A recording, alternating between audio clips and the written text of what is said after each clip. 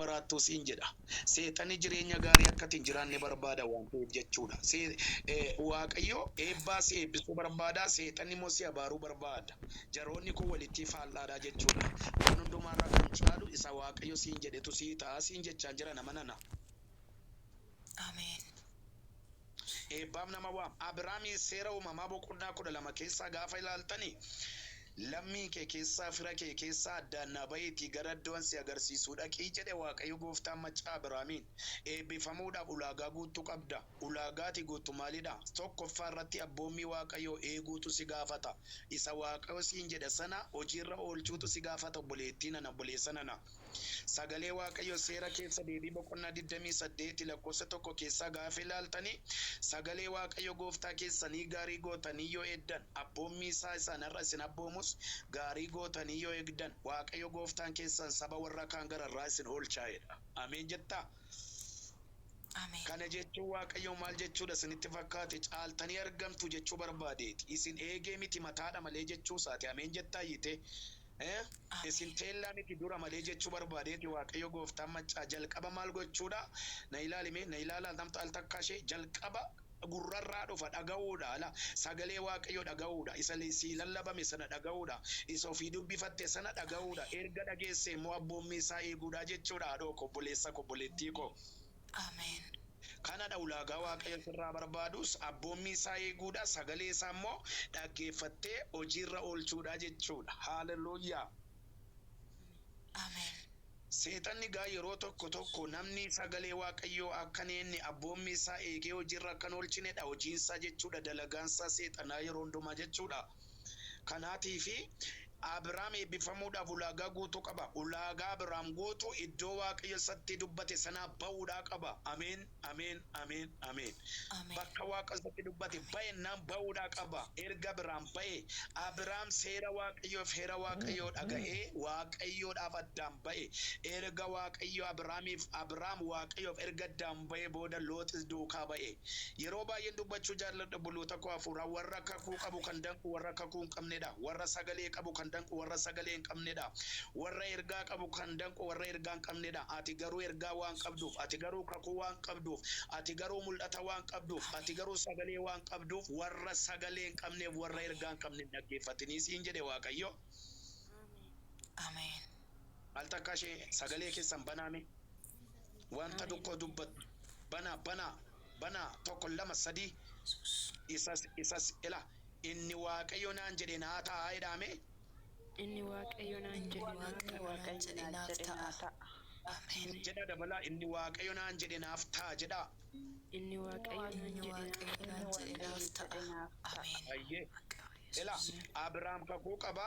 Abiraam waan dhaga'e qaba. Sagalee Waaqarraa dhaga'e qaba. Loot garuu waan qabu. Kakuu hin qabu. Sagalee hin qabu. Hin baddaa hin qabu. Hin duutaa hin qabu. Hin fagaattaa hin qabu. Hin sooromtaa hin qabu. Hin hiyyoomtaas hin qabu Loot. Ofii danquudhaaf duukaa ba'e. Takaaduudhaaf duukaa ba'e. Waaqayyo Abiraamiin waame malee Lootin hin waamne. Utuu waamicha hin qabaatiin mana kee gaa'ela kee duukaa fayyaa kee duukaa jireenya kee duukaa warri deemanii utuman sagalee kana dubbachaa jiru Waaqaaf lafarratti rarraafamanii si biraa hafuun siin jechaa jira. Ameen jedhiin harkaa fuudhee habbee. Ameen.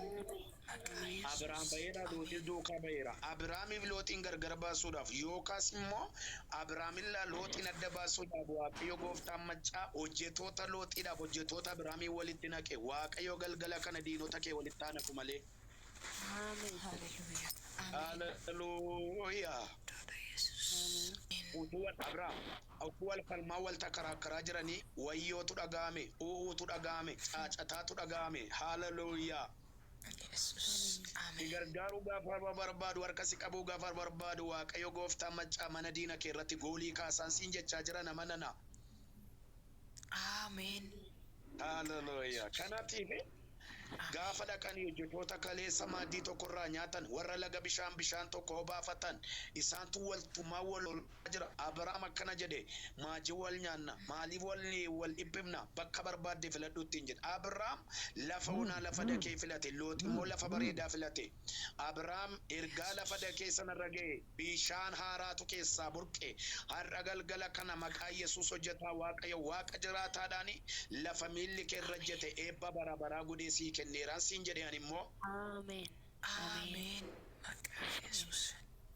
Loot immoo marga lalisaa sana filate erga dhaqee booda abiddatu keessaa irratti garroobe akka kanatti Waaqayyo gooftaan machaa Abrahaam irraa Looxiin deebise. Kanaaf ulaagaa guutuu qabdachuudha eebbifamuudhaaf. Ulaagaan ati guutuu tokko sagalee Waaqayyo isa dubbifametti jiraachuudha. Isa sii lallabametti dhaggeeffattee jiraachuudha. Abboommi isaa immoo eeguudha jechuudha. Lammaffaa irratti Waaqayyo maaliif nama waama isa jedhuudhaaf sodaa jalaa nama baasuudhaaf nama waama Waaqayyo. Sodaa jalaa. Macaafa qulqulluu keessaa hin sodaatin kan jedhu bakka 365tti caafamee jira. Waggaan tokko guyyoota 365 qaba. Kanaaf iyyuu maalidha? Hin sodaatin kan jedhu guyyaa kee hundumaa wajjin jira, bara kee hundumaa wajjin jira, torban kee hundumaa wajjin jira, ji'a kee hundumaa wajjin jira. Yesuus Kiristoos hin sodaatin guyyaatti gaafa siin jedhu maaliifidha? Wanti nama sodaachisu biyya lafaa kana keessa waan jiruuf Waaqayyo gooftaan machaa dhaloota ofii uummatiin hin sodaatinii jedha. Kanaaf iyyuu harka kee laphee kirra godhiiti har'aa jalqabee hin sodaadhu jedhime maaloo. Ameen. Wayne nagamu har'aa jalqabee sodaadhu jedha har'aa jaafirratti. Har'aa jalqabee sodaadhu. Ameen. Siif hin sodaatin gaafa siin jedhee Waaqayyo sitti dubbatu inni si sodaachise qabameeraadha. Inni nagaa kee qabe qabameeraadha. Inni jireenya kee qabe qabameeraadha. Ammallee nama 74 duwwaatti sheerii ta'ee jira. Sheerii gochuu kana hin dagatinaa. Kanaaf hin sodaatin kan jedhu ammanatu caafamee jira. Ameen. Isa si sodaachise gidduu xaalqaa sii galeera jechuu isaatiin sodaatin gaafa jedhu. Ameen. Inni si sodaachise qabameera jechuu barbaadeetiin sodaatin gaafa jedhu. Ameen. Ameen. Macaafa moototaa isa jalqabaa boqonnaa 19 lakkoofsa 3 jalqabdanii gaafa ilaaltanii Eeliyaas jechuun goota amantii janna amantiidha. Nama ayyaanni Waaqayyo afurri Waaqayyo irra jiru sagalee Waaqayyo ergaa Waaqayyo namarra jirudha. Nama humni Waaqayyo irra jirudha. Nama ayyaanni Waaqayyo irra jirudha. Nama irree Waaqayyo irra jirudha. Nama afurri Waaqayyo irra jirudha. Eeliyaas jechuun nama akkasiidha. Ameen. Eeliyaas nama mallattoo Waaqayyo irra jirudha. Nama ayyaanni Waaqayyo afurri Waaqayyo irra jirudha. Guyyaa tokko garuu Eeliyaas raajota sobdoota warra cabarbartoota baay'ee isaanii dhiiga isaanii dhangalaasee itti mormeera wanta ta'eedhaatii fi dubartiin tokko hooggantuun raajota sobdootaa tokko ammati dhiiga raajota koo dhangalaafte yoon dhiiga kee dhangalaasu ta'ee jettee billaa qarsiifattee duukaa fiitti. Harka kee ol kaaftaa dandeessee namni sagalee kana dhaga'aa jirtu. Inni billaa qarsiifatee si duukaa fiigaa jiru harka Waaqayyoon sirraa qabameeraan siin jechaa jira. Yesuus. Ameen. Hallelujah. Eeliyaas addunyaa afuuraa keessaa bahee addunyaa foonii keessa gale. Ajandaa Waaqayyoo keessaa bahee ajandaa mataasaa keessa gale. Ajandaa biyya lafaa keessa gale. Eeliyaas ija afuuraatu qabaachaa jiru. Ija foonii godhate ammammoo. Ela rakkina yeroo hundumaan dubbadha. Rakkina kee hundumaa, bal'ina kee hundumaa, rakkoo kee isa sii ta'es, isa sirratti ta'es, isa sitti cufames, isa sitti banames, rakkoo kee gidiraa kee hundumaa ija hafuura Waaqayyo sii kenneedhaan ilaaluudhaa qabdaa siin jedhe Waaqayyo. Ameen. Ameen. Hallelujah. Ameen. Rakkoo kee hundumaa gidiraa kee hundumaa ija Waaqayyootiin ilaaluudhaa qabda. Ija fooniitiin yoo ilaaltate dabeessa taata. Waldaa kiristiyaanaa keessaa gadi baata dabeessa taate. Abbaa barbaadetu sitti taphachuu danda'a jechuudha. Inni dhugaane, inni sobaanis, isheen cabarbartuunis, isheen mana shiishaa teessus, isheen gula garaagaraa teessus sitti taphachuu dandeessi. Ija fuuraan qabdu taanaan jechuudha. Sii galee jira? Ija fuuraa qabaachuudhaa qabda. Addunyaa Waaqayyoo keessa jiraachuudhaa qabda buleettii obboleessa koo namni sagalee kana dhaga'aa jirtu. Ajandaa Waaqayyoo keessa jiraachuudhaa qabda. Sagantaa Waaqayyoo keessa galuudhaa qabdaa jechuudha. Eeliyaas hin sodaate dubartii kana. Dubartiin kun billaa qarsiifattee duukaa fiitti. Utuu Eeliyaas addunyaa hafuura Waaqayyoo keessa jira ta'e yookaas immoo ija hafuura Waaqayyo isaaf kenneen billaa kana laaleera ta'e billaan kun limmooyyuu ittiin fakkaatu ture. Hallelujah. Harka kee ol kaasiiti inni na sodaachisu qabameera jedha nam tokko. Inni na sodaachisu qabameera. Maqaa Yesuus. Ameen. nama sodaate kana guyyaa tokko waaqayyo manaa bahe ani abboota koo Yisihaaq abboota koo Abrahaam Yaaqoob farra waan hin caalleef amma dubartiin kun billaa qarattee na duukaa fiigaa jirti waan ta'eedhaatiif yaa waaqayyo nagaa na ajjeesii jedhe yaa waaqayyo nagaa ati na ajjeesi na sodaachifteetti ela dhaggeeffadhu dhugaa waaqayyo sitti haasaa yaa waaqayyo nagaa na ajjeesi jettee taalaa taati yoon waan sii ta'uu dideef waan diigamee ijaaramee diigameef waan banamee cufameef waan sitti sii bari'uu dideef waan akka yaada keessii ta'uu dideef na ajjeesi jetteetta yoo ta'e waaqayyo nyaata gaarii si qopheessee daandii dheeraatu dura kee jira siin jechaa jira haadhoo koo. Ameen. Ameen. Hallelujah. Yesus. Amen. Muka tokko jala gacceessee ani abboota koo Yisihaaq farra waan hin caalleef na ajjeesi jedhee dadhabee muka tokko jala gacceesse achitti waaqayyo marfee irribaa akkame ameen jettaa marfee irribaa tokko laatee waaqayyo achumatti lash jedhee muka dhannasaa jala kana jala utuu ciisaa jiruuti leenci Yihudaa leenci Qaraaniyoos abbe bixxillee barbadaa biddaa keessaa bahee dhaabbisha tokko dhaqee mataa isaa dura kaa'eetu sagalee waaqarraa waame Eeliyaas maal hojjetta addanaa Eeliyaas jedhee gaafa ka'e ilaalu addanaa maal hojjetta anoo du'an ofirratti waamaa jirannaani elaa mataa kee dura bishaan tokkoof bixxillee barbadaa biddaa keessaa bahe tokko fuudhiiti nyaadhooti dhugi karaa dheeraa deemtaa'e ameen jettaa. Wow. Amen. Hallelujah.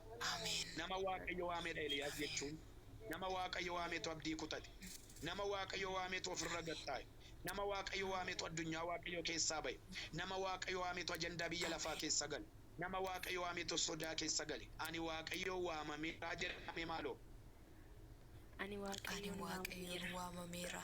Amen. erga waaqayyo si waamee biyya la karaa ki jalqabsiisee ka'ee bineensa si nyaachisu haadhoo koo namni sodaachaa jirtu namni raafamaa jirtu namni of ceephaa jirtu namni du'a firaatti waamaa jirtu ergan si waamee bineensa godhu jedhee waaqayyo gooftaan maccaa sagalee raajii isa kana sitti haasaa jira darqunosa ela sagalee raajii isa kana sitti haasaa jira leenjiluuta hallelujah kanaaf jiraatu malee kanaaf jiraatu malee kanaaf jiraadhu malee maraatu wangeelaaf jiraadhu malee bara namni maraatu jiraatan siin jechee haadhoo koo Yesus gooftaadha bakara divaza kuma bala dikansan kanaaf bixxillicha nyaatee dhugee deebi'eera si'a lammaffaa waaqayyo gara isaa dhaqee karaa dheeraa deemtan siin jedhe malee rafin jedhee miti nyaata koo nyaattee raftaa yaa Eliyaas jedhe bishaan koo dhuddee raftaa yaa Eliyaas jedhe daandii dheeraa toosii hafee jira raajota baay'ee dibdee moosifta maama sheeda looba mootii biyyaa dibdee moosifta nama akkasiidhaaf nama yuufaa dibee moosisu nama mootii biyyaa dibee moosisutu sodaatee na ajjeesedha wayyoo kidaanu na ajjeesedhe hin sodaateen maaloo akkana jettaayite yeroo ofirratti dubbattu jalqabeen si sodaachisee qabamaati inni na sodaachisee qabameera jedhime maaloo inni na sodaachisee qabameera. Maal sodaachaa jirta haadhoo koo Dubaayii kan jirtu Beerutee kan jirtu biyya guddaa biyya xiqqaa kan jirtan Ameerikaa yoo jiraadhu Kaanaadaa yoo jiraadhu Jaarman Jaappanii yoo jiraadhu Awurooppaa jiraadhu Beerutii jiraadhu Kuwait keessa jiraadhu Araba keessa jiraadhu maal sodaattee birrachaa sodaachaa jirta too waamamteetta maaltu si sodaachise wangeelli gooftaa maccaanni si sodaachise qabameera siin jechaa jira. Amen. ammallee nyaata kana nyaatee deebuu waan hin dandeenyeedhaa fi Eliyaasiin bakka sammuu fuula kee dura deemi cal jedheeti amma miilli kee si baase deemi de waaqayyo amma miilli kee si baase deemi jaamaa kootaaraa dibaalaa baazoo qaba amma miilli kee si baase deemi lagatti iddoo barbaade ga ittiin jedhe iddoo geessee dhaabbattu qabdaati iddoo geessee dhaabbattu qabdaati ittiin jedhe waaqayyo ameen maaloo ameen jedhama kun deemee laga wayii tokko ga'ee dhaabbate laga wayii tokko ga'eetu achuma dhaabbatu jedhee waaqayyo eennaan ani dafee nan dhufa garuu tureen dhufa ani nan dhufa garuu tureen dhufa dafee dhufu jalqaba gaafa lagicha keessa kan Eliyaasitti dhaqe abiddatu dhaqe raafama lafaa dhaqe lammaffaa qilleensa jabaatu dhaqe sadaffaa irratti arfaffaa irratti sagalee asaasaa dhaqe jikaalaa baazoo kaaraa dikaama dooba. Amen. Sii dhufaam yaa nama abdii kutachaa jirtu sii dhufaam leenci koo Sii dhufaaf inni nama gargaaru. Ameen. Sii dhufaaf inni lafaa nama kaasu. Sii dhufaaf inni nama ajandaa diina kee diigu. Sii dhufaaf naa dhufaaf jedhame maaloo. Naa dhufa. Naa dhufa. Ni jedha naa dhufa Waaqayyo jedha ammayyuu dabalaati. Naa dhufa Waaqayyo. Naa dhufa Waaqayyo. Ni ajandaa moo biraa dhiisaati. Ila waan jedhuu barbaade sini ajandaa kan biraa dhiisaati gaafa mana keessan banattan mee kottaa wangeeluma dubbisaame. Nama wangeela sini dubbisu iddoo sagalee Waaqayyoo lallabamu nama waldaa isaa beetta taanaan waldaa keessaa tajaajilu beetta taanaan iddoo wangeelli lallabamu mee dhaqi. Ajandaa biraan kaasii waldaa mana banattee kaate sagantaa biraan kaasii inni mana banattee kaate. Haalelooyaa zikaatii jaamaa kuuba. Kanaatiif iyyuu si'a arfaffaa irratti sagalee dhaga'i. Eliyaas kottuu addanaa gadi ba'i. Nyaata koofumaa nyaattee bishaan koofumaa dhugde miti addanaa gadi beettiin jedhe. Mataa isaatti wayyaa isaa xaxexee abbe gaafa gadi ba'u ati sodaattee deemaa jirta, dubartii sodaattee deemaa jirta. Billaa qarsiifattee waan si duukaa deemaa jirtu sitti fakkaate malee anoo billaa san harkaa fuudhee gateeraa jedhe Waaqayyo. Ameen.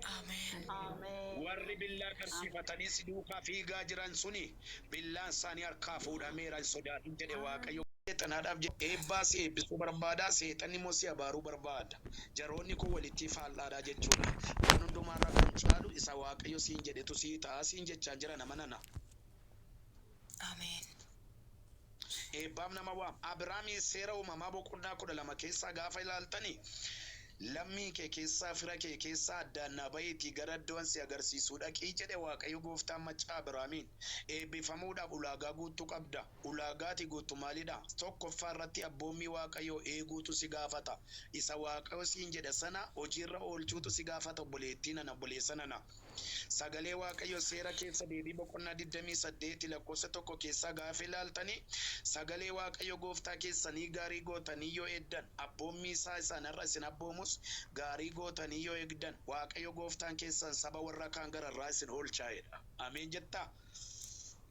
Ameen. Kana jechuun Waaqayyo maal jechuudha isinitti fakkaate caaltanii argamtu jechuu barbaadeeti. Isin eegee miti mataadha malee jechuu isaati. Ameen jettaa hiite.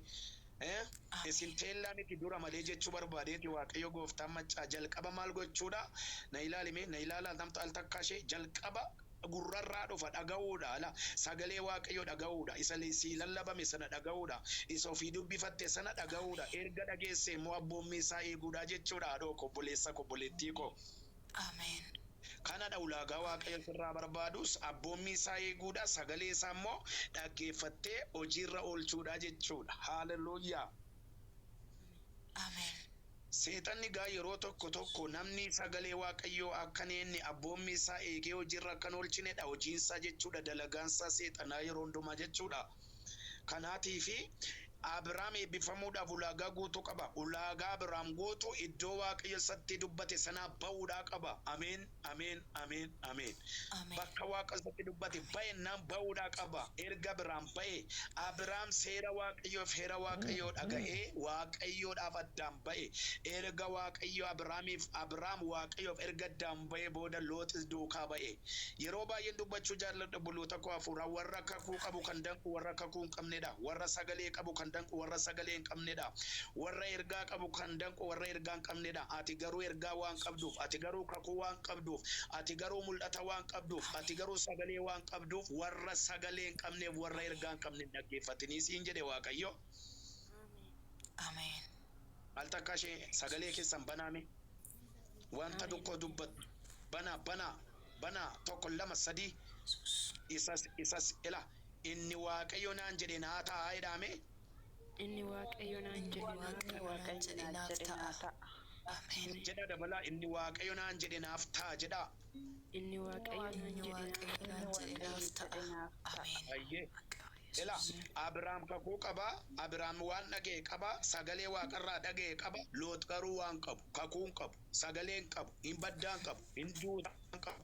Hin fagaattaan qabu. Hin sooromtaan qabu. Hin hiyyoomtaas hin qabu Loot. Ofii danquudhaaf duukaa ba'e. Takaaduudhaaf duukaa ba'e. Waaqayyo Abiraamiin waame malee Lootin hin waamne. Utuu waamicha hin qabaatiin mana kee gaa'ela kee duukaa fayyaa kee duukaa jireenya kee duukaa warri deemanii utuman sagalee kana dubbachaa jiru waaqaaf lafarratti rarraafamanii si biraa hafuun siin jechaa jira. Ameen jedhiin harkaa fuudhii haphee. Ameen. Abiraam baheera, Looxis duukaa baheera. Abiraamiif Looxiin gargar baasuudhaaf yookaas immoo Abiraamillaa Looxiin adda baasuudhaaf Waaqayyo gooftaan maccaa hojjetoota Looxiidhaaf hojjetoota Abiraamii walitti naqe. Waaqayyo galgala kana diinota kee walitti aanafu malee. Hallelujah. Ameen. Hallelujah. Yesus. Utuu wal Abiraam utuu wal falmaa wal takaraakaraa jiranii wayyootu dhaga'ame, uhuutu dhaga'ame, caacataatu dhaga'ame. Hallelujah. Yesus. Si Ameen. gargaaruu gaafa barbaadu harka si qabuu gaafa barbaadu Waaqayyo gooftaan maccaa mana diina kee irratti goolii kaasaan siin jechaa jira nama nana. Ameen. Hallelujah. Kanaatiif gaafa dhaqanii hojjetoota kaleessa maaddii tokkorraa nyaatan warra laga bishaan tokko baafatan isaantu waltumaa wal jira. Abiraam akkana jedhe maajii wal nyaanna maaliif wal dhibbifna bakka barbaadde filadhuutti hin jedhe. Abiraam lafa onaa lafa dakee filate, Loox immoo lafa bareedaa filate. Abiraam ergaa lafa dakee sanarra ga'e bishaan haaraatu keessaa burqe. Har'a galgala kana maqaa Yesuus hojjetaa Waaqayyo Waaqa jiraataadhaani lafa miilli kee irra jete eebba bara baraa godhee sii kenneeraan siin jedhe ani immoo. Ameen. Ameen. Maqaa Yesus. Loox immoo marga lalisaa sana filate erga dhaqee booda abiddatu keessaa irratti garroobe. Akka kanatti Waaqayyo gooftaan maccaa Abiraam irraa Looxiin deebise. Kanaaf ulaagaa guutuu qabdachuudha eebbifamuudhaaf. Ulaagaan ati guutuu tokko sagalee Waaqayyo isa dubbifametti jiraachuudha. Isa sii lallabametti dhaggeeffattee jiraachuudha. Abboommi isaa immoo eeguudha jechuudha. Lammaffaa irratti Waaqayyo maaliif nama waama isa jedhuudhaaf sodaa jalaa nama baasuudhaaf nama waama Waaqayyo. Sodaa jalaa. Macaafa qulqulluu keessaa hin sodaatin kan jedhu bakka 365tti caafamee jira. Waggaan tokko guyyoota 365 qaba. Kanaaf iyyuu maalidha? Hin sodaatin kan jedhu guyyaa kee hundumaa wajjin jira, bara kee hundumaa wajjin jira, torban kee hundumaa wajjin jira, ji'a kee hundumaa wajjin jira. Yesus Kiristoos hin sodaatin guyyaatti gaafa siin jedhu maaliifidha? Wanti nama sodaachisu biyya lafaa kana keessa waan jiruuf Waaqayyo gooftaan maccaa dhaloota ofii uummatiin hin sodaatinii jedha. Kanaaf iyyuu harka kee laphee keerra godhiiti har'aa jalqabee hin sodaadhu jedhime maaloo. Ameen. Wayne nagamu har'aa jalqabee sodaadhu jedha har'aa jaafirratti. Har'aa jalqabee sodaadhu. Ameen.